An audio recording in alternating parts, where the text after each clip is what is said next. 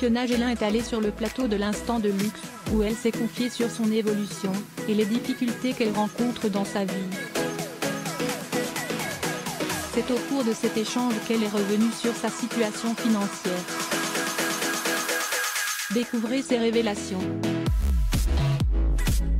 Vous connaissez certainement Fiona Gélin comme une célèbre comédienne. Celle-ci était l'invitée sur le plateau de l'Instant de luxe, sur Non-Stop People pour s'exprimer face au public. Cette dernière est revenue sur sa vie actuelle, et sa situation financière. Sans plus tarder, découvrez ses révélations. Fiona parle de ses finances lors de son discours. La star expliquait qu'elle vit actuellement dans des conditions particulièrement difficiles.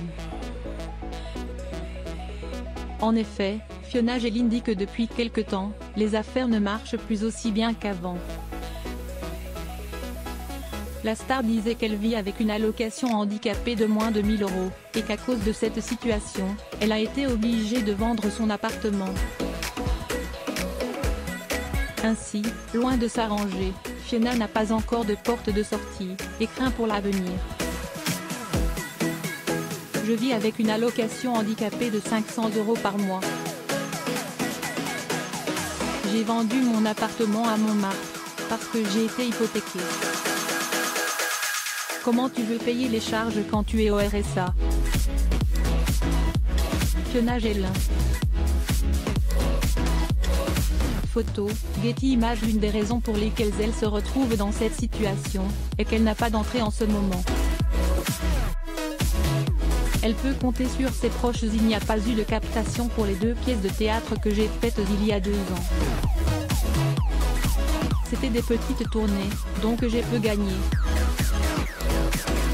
Ce jour, la star expliquait que cela fait de nombreuses années qu'elle ne travaille plus, en tant qu'intermittent du spectacle.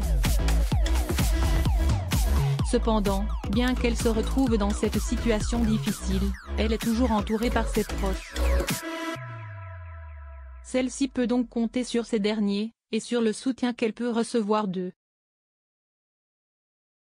Fiona Gélin assiste au cocktail de projection.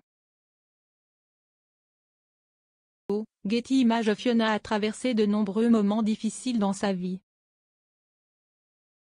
Souvenez-vous, cette dernière avait sombré dans l'alcool et la drogue.